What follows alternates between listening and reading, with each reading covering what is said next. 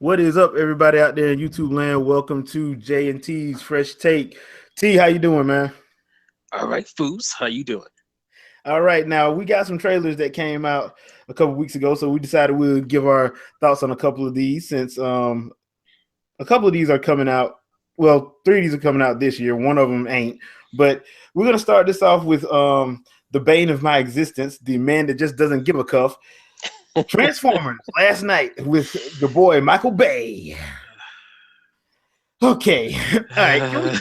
I'm going to say this right now. If your movie trailer is this disjointed, what the hell you think the movie's gonna be?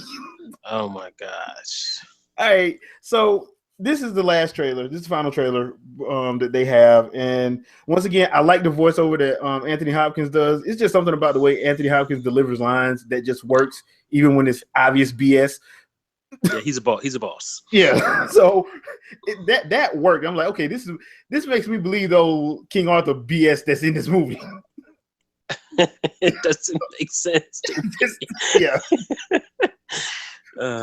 So we see that, and then we go to, you got to have the gratuitous Michael Bay military flag waving stuff that he does in every movie that he has, even when the movie ain't got nothing to do with that, it's in there. So we go to that. We see shots of what looks to be the quintessence, which I'm surprised they actually went there and somebody did their homework and research a little bit. No evidence of Unicron, so yeah. I guess that first trailer just didn't mean nothing. That was a different movie back then. Yeah, I guess that was a different movie. So now the parts of the trailer that actually annoy me is this. There's a sequence where Optimus is clearly beating the crap out of Bumblebee. About 15 seconds later, Optimus is a good guy. About 20 seconds after that, at the end of the trailer, Optimus is back bad again. What are they doing? It's like they cut the trailer out of order. It's like yeah. So that's why I say if the trailer is usually a trailer isn't disjointed. Usually. No, usually it's pretty solid because it has to be. This one is straight up disjointed. Like, I don't know who put it together, but you probably should have put the evil Optimus stuff before the Optimus is a good guy stuff. Yeah. Just a thought. Or completely reverse that. Maybe show happy Optimus and then then make him evil. Then show Optimus give Bumblebee a backbreaker into a tombstone. I mean, end the trailer with that, and then that's like, whoa, what's going on here? Yeah. I'm not going to watch this, man. I'm not spending no money this time. I'm not. Hey, he got me last time. Age of Extinction, he got me because he promised me Grimlock, and they didn't show up to the last 15 minutes. To hell with him. I'm not doing that this time. Yeah, you're not catching me this time, babe. He got me with Grimlock too. This time that ain't happening because for some reason I got a feeling this is gonna be another 2 hour and 45-minute movie, which is probably not gonna need to be. And I'm just not gonna sit through that for 2 fight scenes that I want to see. That's probably gonna be at the end of the movie. More than likely. My history. I watched. Okay, what is this? This is Transformers 5. Yeah, this is 5. The 5th one. Okay, so I watched 1 in the theaters. Loved it. Watched 2.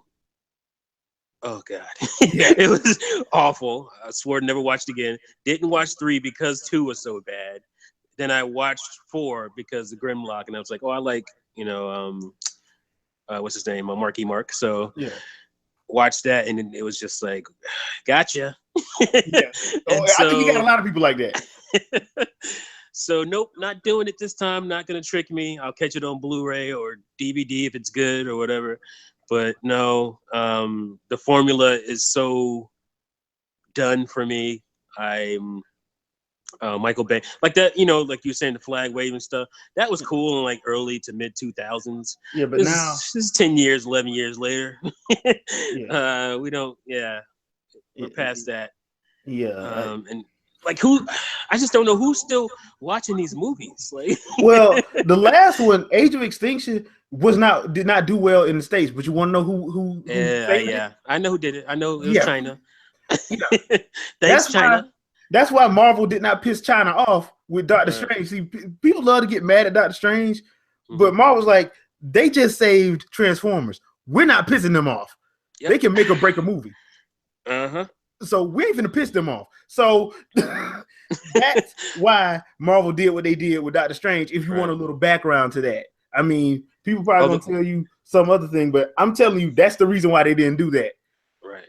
But even China couldn't save Independence Day Resurrection. So, nah, they couldn't do that. Whatever it's called. Yeah. But Revelations or Reloaded. Resurgence. The thing was, whatever it is. It was China, and they shot a lot of it in China. They even had Li Bingbing in it. Mm-hmm. So, you know, I ain't hating, but that's how they made their money. Right. So, but I said to myself when I walked out of that theater I only seen Age of Extinction one time. That was in the theater. I walked out and I said, never again. You will never lie to me again. I will never walk do this again. But you told me one thing a long time ago. You've always said when you see 3 or more writers on something, don't go watch it. Yeah, don't watch it. Yep. And I saw like 4 because they showed this trailer when I went to go see Fast 8. And I saw like 4 writer names. I'm like, nope, not gonna do it. It is going to be a jumbled mess because they're not all writing on it at the same time. What happens is a writer gets on it, he gets fired, he gets frustrated, he quits, and then they add another guy. Right, you do the script, and that's whatever happens with him, and it keeps getting passed along. So you're gonna be a jumbled mess by the time you get to that 3rd, 4th writer, and it never works out. I guarantee you. Find me a script that has 3 or more writers on it that turned out to be good. I will pay for your next movie ticket. Like that's crazy. It never works out. Because most times I've seen like 2, they've been good. Because usually 2 writers, yeah. But when I see that's what you 4 want. You don't really want one writer because that's like it's that person is usually in a bubble unless it's their story type of deal. They're writing something that's a personal thing for them. But if you're doing like an action movie or something like that, you want at least 2 people on it because you want somebody to give a different perspective. A person who might be good at writing action scenes, maybe not good at writing comedy or comedic. So you want somebody who can do that. And so 2 is a good number of writers for action movie. Beyond that, nope. You're looking for trouble. Yeah. So. This one, not this time. Not this time, Michael Bay. Nope. No. You learned me well last time. No, I will wait till it hits TBS. So you know what's the worst? It's when you have story by, and then you have like 4 writers, and 4 writers, and the story by guy isn't one of the writers. Yeah, you're in trouble. Yeah. So stay away from that stuff. I've seen that on a couple movies too. Oh, I've seen it too. Yeah. Like, why is it the story by guy in the? This guy came up with the story. I'm not sure about Rogue One, but the story by guy did not write any of the story. He didn't write it. He just came up, or he didn't write any of the script. My bad. He came up with the story. Right. He was an ILM guy. He was one of the guys that did Photoshop. He created Photoshop. Oh, okay. Yeah, and he's the one that came up with the Rogue One story, but the writers are different. I mean, some people like Rogue One. I didn't like it, so I don't know if I can use that as an example. But yeah, just beware of story by and then written by 5 different people. You're in trouble. Can I be honest about Rogue One? Please do. I really like the last 5 minutes when James Earl Jones went ballistic. Oh, the action was on point. I'm not gonna. Yeah. When James Earl Jones, when I heard Mufasa damn near choke out the 70s pimp director Krennic. Yeah. And then he showed up at the end and just showed you why we was afraid of him as kids. Yeah, that stuff was cool. I mean, obviously his voice being older was a little bit off-putting, but his stuff was good. I just meant like the overall characters in the story I didn't care for. So. Perfect segue into our next one. Yeah. Star Wars: The Last Jedi. Mm-hmm. Okay. I can say I'm pleasantly interested. Mm-hmm. I'm pleasantly, even though I saw a couple things that were like, Okay, how are we going to make Kylo Ren ruthless? Right. And by ruthless, I mean I don't want to see no 4-year-old tantrum because I didn't get the last cupcake. Yeah, I he want to needs. see some. I've altered the deal. Pray I don't alter it further. Type stuff.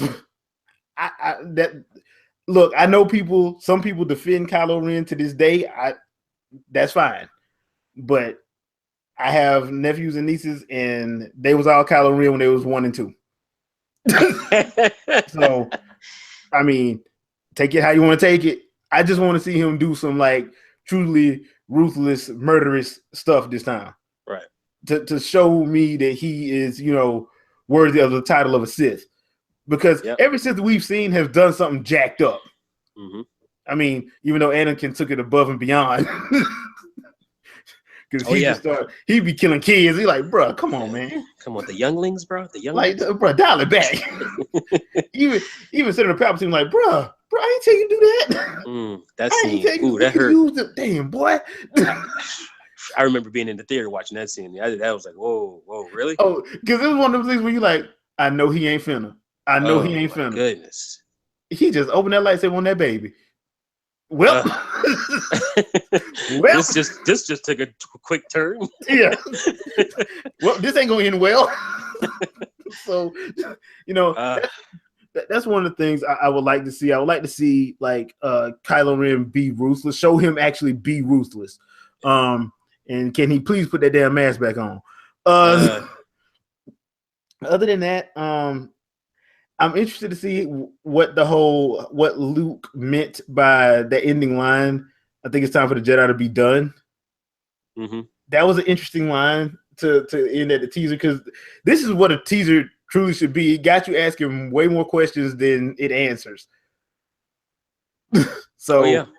I was just like, okay, I like the visual look of it.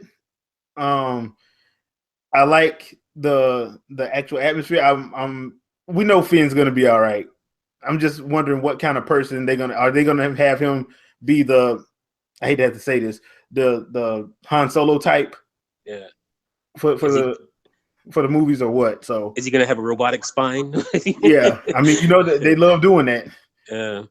And yeah, that's my only thing, because I like Finn, I like Poe, I like Rey. I actually like the characters in what they done with the new Star Wars. I know some people didn't, but I actually did. Mm-hmm. So I'm looking forward to it. I'm hoping to get a lot more questions answered in this, because I know we're probably gonna get another trailer around San Diego Comic-Con time. They'd love to do that anyway. Mm-hmm. So, your thoughts? Yeah, let me start off first by defending Kylo Ren a little bit. I like Kylo Ren in that movie as who he was in Force Awakens, but you are 100% correct. He needs to take a step or two into the darker side. And you said that these other Sith I guess Siths did some terrible things to become who they were. And I thought murdering his own father was pretty terrible. I thought that was pretty terrible. He was a kind of a punk move because he did it with his guard down. It was just wrong. And obviously that wasn't enough. But I think once he reflects on it, because he got his behind handed to him by Rey, once he reflects on, the gravity of killing his dad and his need to become he wants to be, he's a Darth Vader fanboy. He wants to be Darth Vader basically. So I think he will take those steps to be more. I don't think you're going to see the teenage angsty Kylo that we got in the first movie. I think I liked it because I like Kylo in that movie because he felt grounded. He felt like a real person. And sometimes in these Star Wars movies, everybody's so stoic, they don't feel like real people. Luke felt like a real person because he was kind of he was exploring, he was finding these things as the audience was finding these things out. He was just some farmer kid who had dreams of becoming a space pilot, and I could relate to that. Everybody could relate to that as a kid, especially. Yeah. So he was relatable, and then you got into all these other characters that you discovered through him. So it made them relatable too.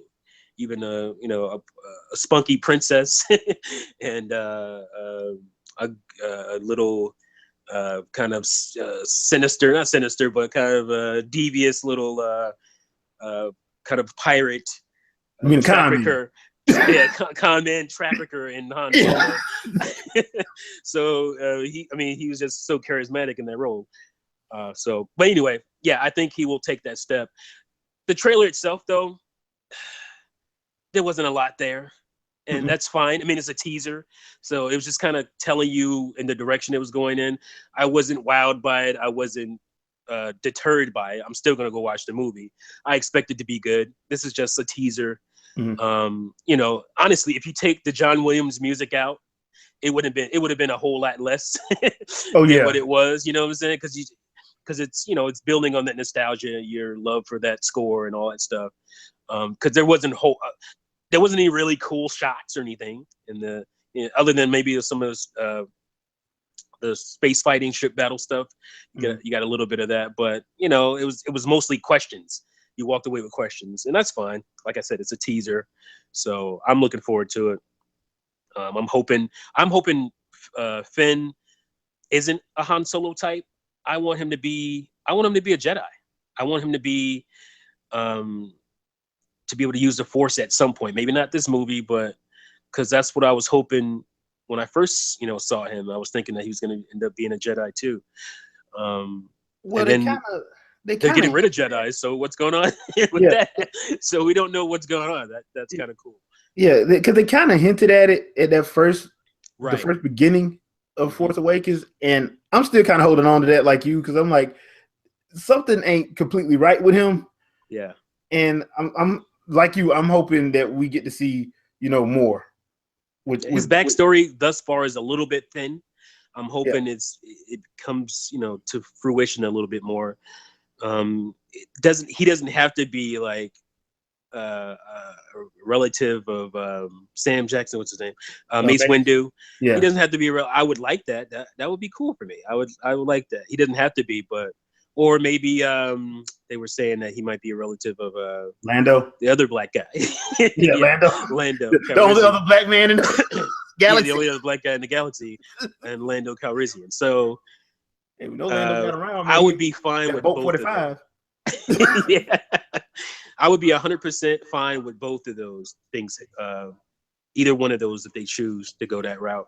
So I just want him to be a Jedi. I think it would be cool to have we had Mace Windu, which was awesome, a black Jedi. So black kids can look up to somebody, in the Star Wars universe and be able to relate to him. So and hopefully they don't kill him by kicking him out of a freaking skyscraper. I'm sorry. Right. Yeah, that was BS, man. Yeah. But if you're gonna go out, that's how you go out in a Star Wars movie, But they didn't even let him do his Sam Jacksonism before he went out.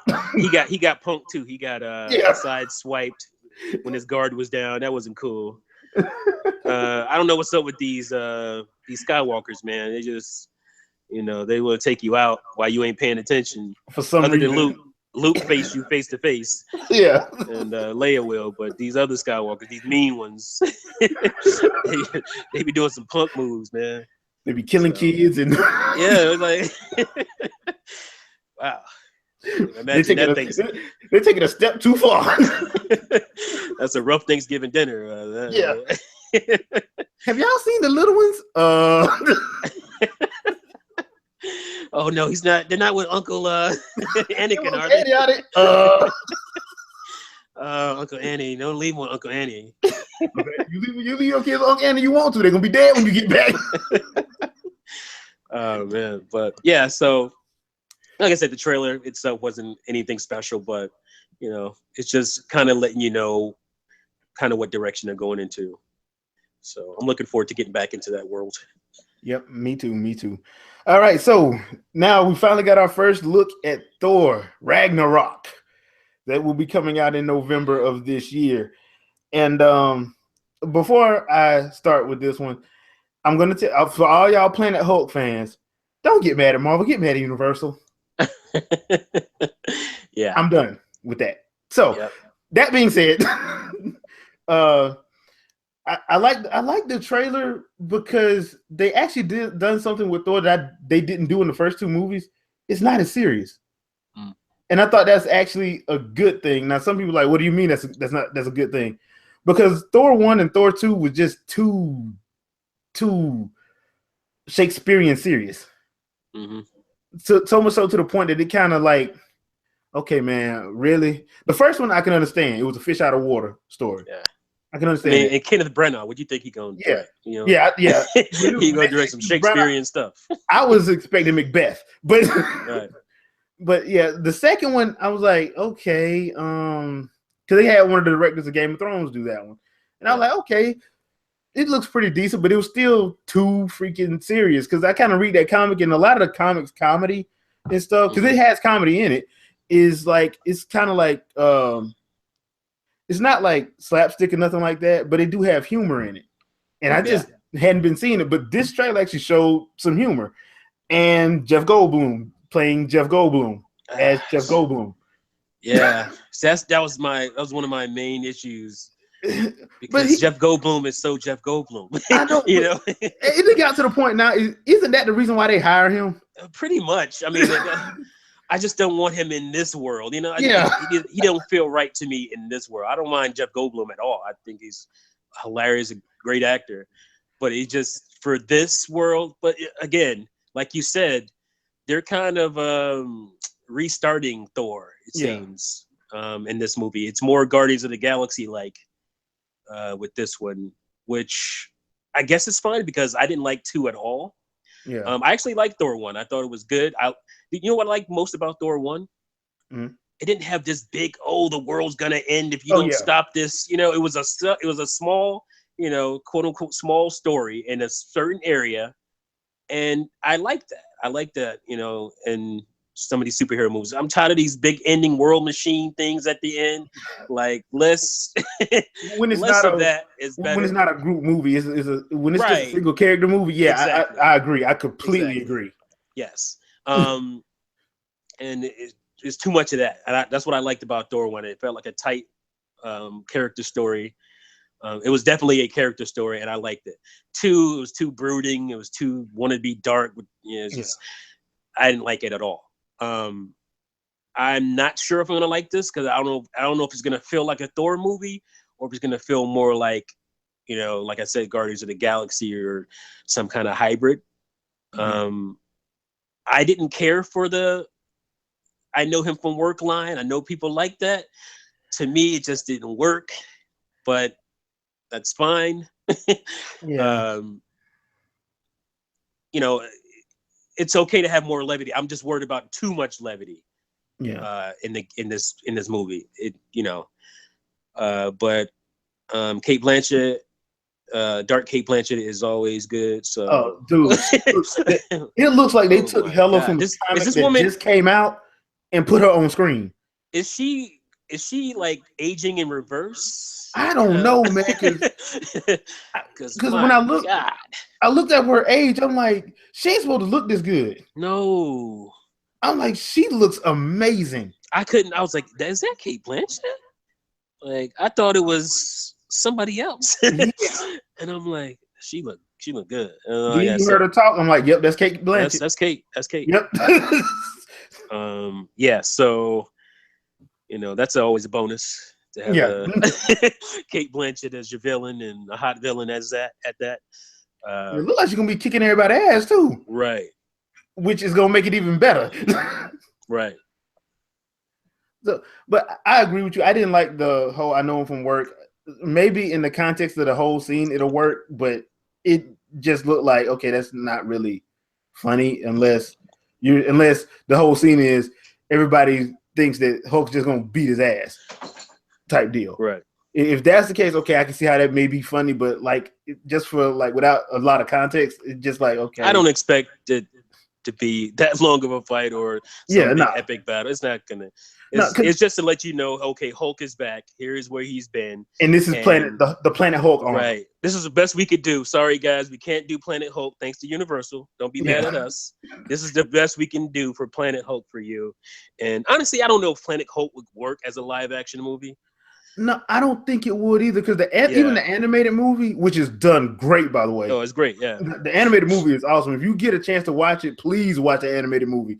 Yeah, but please do. The sheer logistics of trying to do what they need to do for a Planet Hulk movie, I don't even want to see how much that thing's going to cost. It's going to be expensive as hell, and you're going to have to retell, like you're going to have to tell a completely foreign story to most movie watchers. And are they going to be invested in these weird aliens and their, what they do on their planet? Like, you have to get fully invested in that stuff. And people going to see a superhero movie, which Hulk is a superhero, are maybe not going to want to see that. Yeah, because the thing about even the animated movie, it took into account that you have already read or know a little bit about their backstory. Because they don't spend but like 2 minutes telling you why because a lot of stuff happened in the lead up to why they shot Hulk off Earth. Right. It was a lot of stuff that happened. And what they did in the animated movie was just like, okay, here's the thing. We knocked you out. We sorry. We're going to put you on this planet that ain't got no problems, and we sorry. That's all you got. Yeah. So, and it's a whole lot of stuff that happens after that. But that's why I'm like, a Planet Hulk movie, in all honesty, I just don't think logistically could work just because of how expansive it is. Right. And there would have had to been at least one movie where they show Hulk just destroy everything. Yeah, at least one movie. Yeah, to basically show why they had to get him off Earth. That being said, I'm looking forward to actually that fight, because Thor and Hulk fights are usually, people think it's one-sided. It really ain't. No, it's not. No, it's never really one-sided. Even when Thor doesn't have his hammer, it really ain't, because Thor can actually withstand his punches. Right. People don't realize that Thor can withstand that. Yeah, he has a hammer, but his hammer just helps him do, call upon the power of the storm and all that. Right. Thor himself is still strong as hell. Yeah, he's strong. He can go toe to toe with Hulk. Yeah, so I'm actually looking forward to that. One thing that my nephew had told me, he was like, "Did you notice that the way Hulk gave him that look when he said, 'I know him from work'? Are we gonna actually get intelligent Hulk?" I'm like, I don't know, but that's actually interesting, because it looks like it's gonna be so weird if we do. Yeah, because it looked like Hulk was like, "Why did you say something?" Yeah. Now, because I was gonna use you to help me get out of here, but now I gotta actually make it entertaining so we can still try to figure a way out of here. Right. Look, so I don't know. All I know is I'm looking forward to this. Once again, Cate Blanchett, she looks amazing as Hela. And if you have been following Thor, or you know anything about the Hela character, it looks like they took her straight from the comic and put her on screen. Go Google Hela from Thor, and you'll see like what she looks like in the comic, and go back and look at the trailer again. It looks, I didn't think they would be able to do the horns. They did the horns. They snatched her straight out of the comic book. Yeah. So she looks hella good. Yes. And we actually got our first look at Tessa Thompson as Valkyrie. Yes. That's all I'm gonna say. She's already a fan favorite. Yeah. So much yes. So I'm actually, because she's a great actress as well. She's a great actress. I'm actually interested in seeing. They didn't show her doing the action sequences. She had been saying on Instagram and Twitter how she had to do a lot of fighting. So I'm looking forward to seeing. Yeah, what's going to happen. Yeah, they just haven't. I'm glad they didn't spoil that though. Right. I'm glad they didn't spoil that, because I want to see that in the movie. Because I don't want to see no like 20 seconds of her fighting and then I don't get to see nothing else. You know how long I was hurting over that Captain America Civil War trailer when they showed Black Panther kick Bucky into that crate. Oh man! And I had to wait 3 more months. So I'm glad they didn't do that. Right. I'm just glad they didn't do that. Thor, November. I'm looking forward to it, and I'm hoping that it works out, because I like Thor the character, but he's one of those characters that I've always said he tends to work better in a group, in my opinion. Just like Hulk, in my opinion. So we'll just have to see how this works out, because I'm actually looking forward to it. He either works better in a group or he has to be like separated from everybody. You know, he has to be like like I said, a personal story. Like the first one, I thought the first one was pretty good. Oh yeah. So yeah, he needs to be. I don't know. I'd like to see. I would like to. I guess I would like to see Chris Hemsworth take on the role and be more, I don't know, active and do more. I don't know what I'm looking for. Like, just more like a more personal story, or more personal story. Yeah. Okay, because this is obviously a team up movie. Yeah, this is a team up movie. Yeah, and I feel like Chris Hemsworth could pull off a more personal story. Oh, he can do it. Yeah, so at some point maybe we'll get one, or maybe not. Who knows? Well, to me, I think you got to get Kenneth Branagh back, because he's kind of like the best director, in my opinion, for that type of story direction. That's true, because he can actually direct actors and action. Of that nature, because it'll be like a more, I don't want to say medieval, but you know what I'm saying, right? And to me, you need one of those directors like him or a Christopher Nolan type director that can actually direct like personal stories like that. Mm-hmm. But this one, it's up and up for me, because like I'm actually glad they're doing a team up, because one of the things that I've always said, I know the complaint has been there about the Marvel movies is, hey, no way in hell you're gonna tell me all these people in New York and they don't meet each other. Right. This stuff is going on. This big event's happening, and nobody gonna show up. None of these other people. Yeah. Winter Soldier, Iron Man ain't gonna hear about that. Come on, man. Right. They blew up Virginia. Right. Where's Iron Man doing this? Yeah. Come on, sir. Come on. So I mean, that's one of those things. So that's the problem with this universe being connected. Yeah. These things happen, and you're like, well, where are these other guys? What they doing? Yeah. What the hell are they doing? So, right. But here's hoping. Like I said, I'm actually looking forward to it. More than likely, we're gonna get the next trailers probably sometime at Comic-Con, because I think San Diego Comic-Con is in is it right after E3 this year? I want to say it's right after E3 this year. It's right after E3, I think. Yeah. So we're looking forward to that. Last trailer on the docket, we just got this one. Now this is for Freeform, formerly of ABC Family, which means this is another Marvel TV show, and this was for Cloak and Dagger. If you know anything about the Cloak and Dagger series, the short version is they've only had like a handful of limited editions. They've shown up in some of everything. They've shown up in Spider-Man, X-Men. They've shown up in Avengers from time to time, but they're a duo, and due to some illegally possessed drugs getting forced into them, they gain their powers. That's the 80s version. I don't know what they're going to do for the TV show, but the TV show looks interesting. The first trailer for it does look interesting, in my opinion. The two actors, the two leads they have, I think they fit the role, to say the least. So it's going to be interesting seeing how this forms. Now, yes, toward the end of the trailer, it gets very kind of CW-ish. So, but I think that's the demographic they're going for, so I can't get mad at that. I really can't. I mean, you're not going to capture like a big middle-aged audience or something like that, older audience for a movie or TV show starring teenage kids. So I mean they kind of have to do that, so that's fine. I mean, this ain't on Netflix, so if it's on Netflix, then you wouldn't have to do that. But yeah. But one thing, and T agreed with me on this before we started, I'm so glad they look like teenagers and not no 30-year-olds. Thank goodness for that. Yeah. The last thing I want to see is two 45-year-olds trying to act like they still in high school. That's just weird. Chisel faced. Yeah. 5 o'clock shadow having. Yeah. And you know what? I think it's because how Tom Holland was received in Spider-Man that we're getting that. Because if he wasn't received well, what they would have did. Yeah.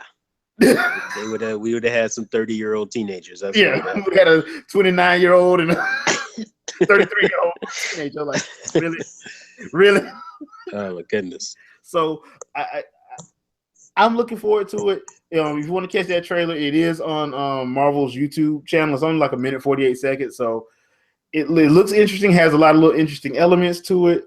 The one thing though that I did find interesting is the Roxxon Corporation shows up on the neon light. Now, the Roxxon Corporation was actually in Daredevil season 2.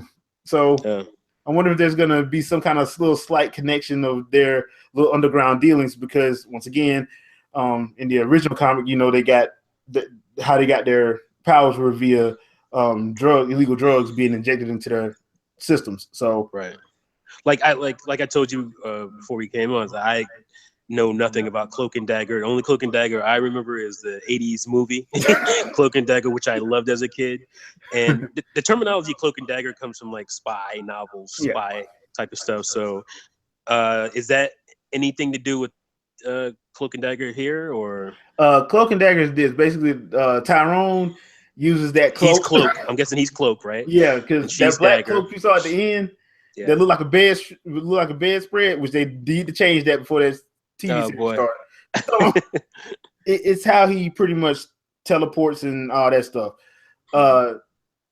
Tandy's character, does he need the cloak to do that? Yeah, well, in the comic, he's come to need it because it kind of keeps him alive.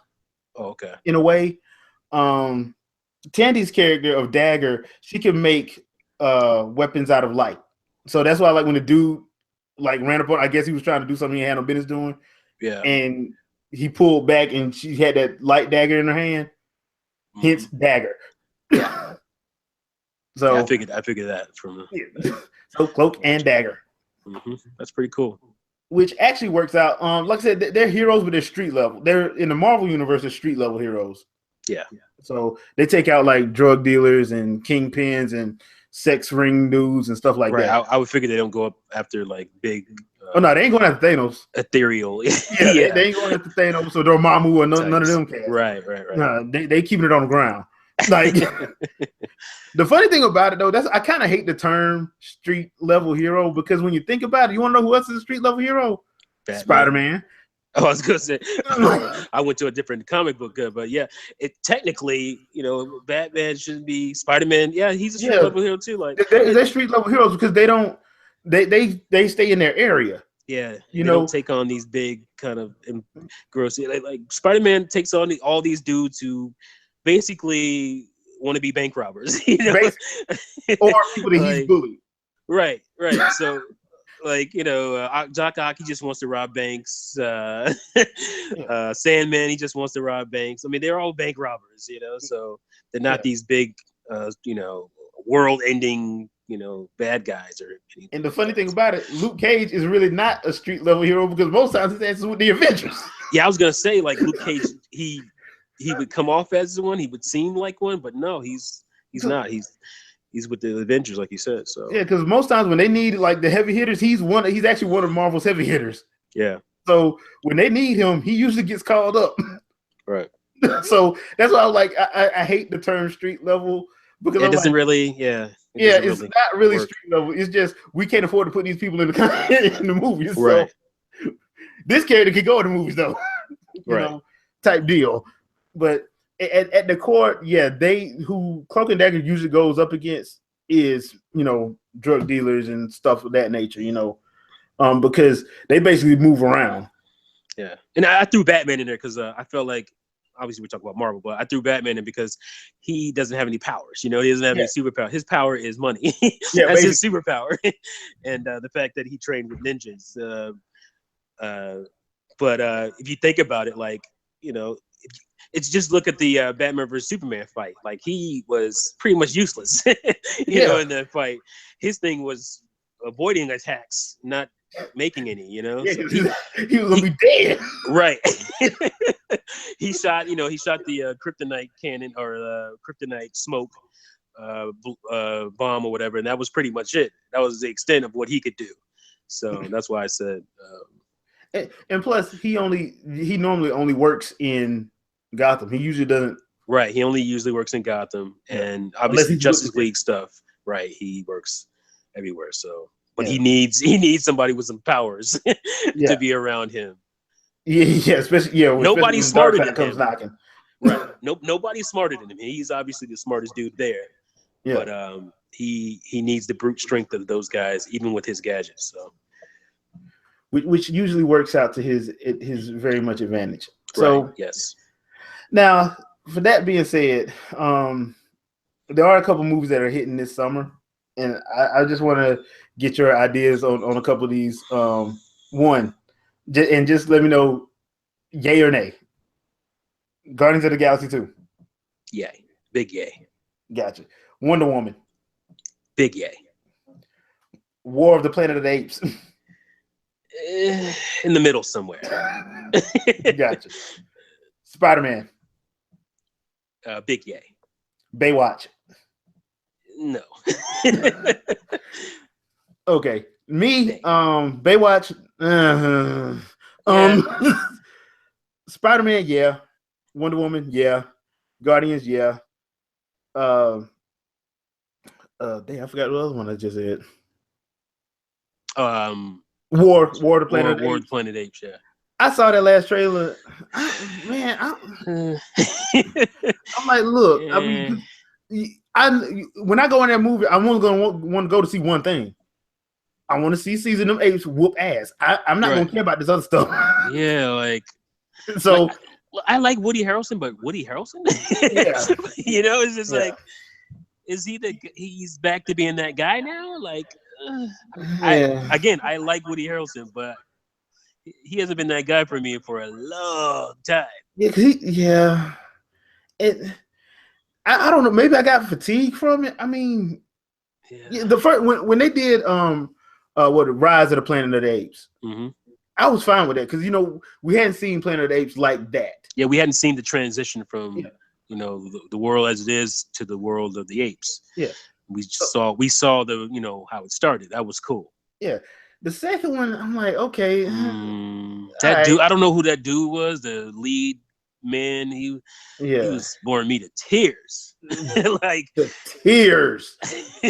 He made you feel the link to the movie. Let's just put it like the one guy that I like in the movie was like he was a bad guy. He was on the other side and he was doing really stupid things. Yeah. And it's just like, come on, Commissioner Gordon, man. You ain't supposed to be like that. You supposed to be smarter than that, So basically. Or I should say old Commissioner Gordon. We got a new one now, so. Yeah. So that that's when it started to turn for me.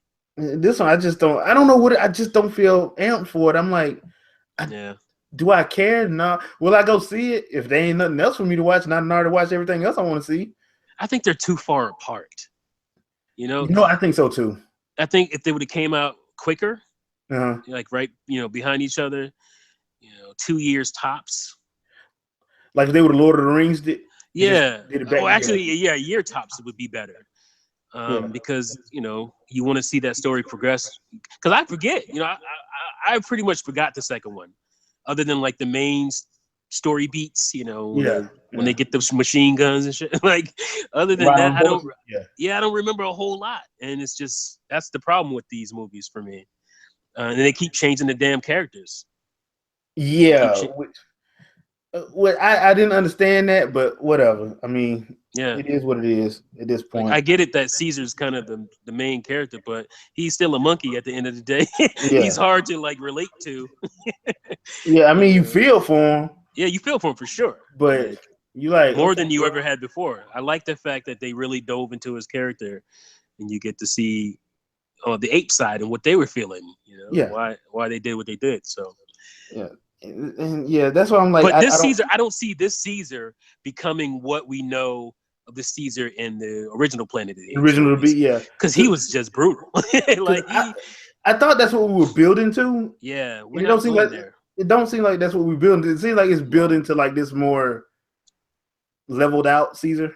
Yeah, he seems like more of an okay dude. And I was expecting to see him become, Darth Sidious or something. Yeah. But no. Well, not really. He can't really go there. I don't see him going there in this movie. So. Yeah, well, I probably won't know because I'm probably not gonna watch it until like his Blu-ray or something. So, he doesn't want to take this Caesar doesn't want to take over the world. He just wants to be left the fuck alone. Which to me, and explain this to me from a moviegoer standpoint. Yeah, when you have a plot like that, that takes me out of the movie because I'm takes you out. Just leave him alone. Yeah, just There's leave him no alone. point to have this movie because movie's over. There's no movie. he don't want to bother you if you just leave him alone. Yeah, they in the woods minding their own damn business. Yeah, they're not bothering you. It would have been different if like there was raiding parties or something like that. Right. Or that's you what I saw want to them. see. I actually wanted to see that. Yeah, that or you happen. saw them like because they had that illness that they made up. Yeah. And like if you saw them like do something with that would be different. But they were separated from you. All you had to do was leave them alone. Yeah. I didn't understand that. Like that's the main flaw with this new trilogy. Is that the motivation for the apes to become like the guys on the planet isn't there. It's not there. Because and you don't sympathize with the humans because they're a bunch of douches. Yeah. You don't. They all suck except for one dude who's like the wet diaper, or the one or two people that's actually good people. Yeah, and they're wet diapers. Yeah, they're like not very exciting people to watch for 2 hours. Yeah, and then you got that obviously crazy military dude. Yeah, there's always an obviously crazy military guy. That in all honesty, if this was like real life, one of his subordinates would have shot him already. Dude, you are shell shocked. I have to put this shell in your ass. So obviously they're not messing with us. Yeah. So either you crazy or you crazy. Click, bang. Which is we don't have this problem no more. I'm fine with the dude that's like, this is our planet, and we're not gonna let these animals take over. That's fine. I can roll with a character like that. But if he's the most interesting character in the movie, we have a problem, Houston. Yeah. So I think that's probably one of the main reasons why I'm just like, okay, dude, I don't see a reason to dislike the apes. Yeah, I don't see a reason to dislike them. Yeah, there's no reason to dislike them, and that's main flaw. Yeah, because if anything, you hate the humans because they just won't leave them the hell alone. Yeah. All you got to do is leave them alone. You can have your cities and do whatever you want to do, and they're just be in the woods chilling, like minding their own business. Minding their own damn business. It just doesn't make sense. But no, for the sake of a movie. So, you saw that really come to fruition in part 2. Like it was just like, just leave them the hell alone. Yeah, go build a new generator. I think that's when it hit me. I was in the theater and I'm just like, why am I watching this? This shouldn't even be a movie. There's 10,000 people in this city. Yeah, and you're pining over some generator in the woods. You can't just make another one. I'm like, yeah. Like, you have the entire world's resources at your fingertips. I think you can put some engineers together and come up with something else to make another one. Yeah, I'm like, It's not that it wasn't like there was. I could understand if there were no power lines, there were no nothing. There was stuff already there. I'm like, yeah, your infrastructure was there. Yeah. You telling me the only power plant is in the woods off of the Golden Gate Bridge somewhere? And this is supposed to be in San Francisco. They got like 8 of them damn things that you could have found in the vicinity. Yeah, it just didn't work for me. It's just like, this is stupid. Yeah. So, War of the Planet of the Apes. I'll catch it on demand or something. Yeah, I mean, and that shouldn't be like that. I know, but I'm sorry. I'm burnt out on that one. Yeah, I'm burnt out on Apocalypse. So it's like already 20 of those movies, though. Yeah. Remake of a remaster. But that being said, that's gonna do it for this edition of Fresh Take. Hope everybody enjoyed it. T, you got anything you want to pimp out or final thoughts? I really enjoyed this. I thought we did some good discussion here. I got multitudes of videos. I recorded a bunch of videos at once, so I just got to edit them, put them together. So I can't tell you what's coming next, but something's coming. So just look out. All right. Me personally, I got a lot of gameplay videos going to be coming out in the near future. Some more Breath of the Wild, me fighting some of those bosses that you run into, like Lionels and Stone Taluses and Hinoxes. So be on the lookout for that, as well as a few other things I'm going to be working on. The anime edition episodes will still be going on. So I hope you guys are catching those as well. And as always, thanks for watching. Don't forget to like and subscribe. Tell your friends if you like us.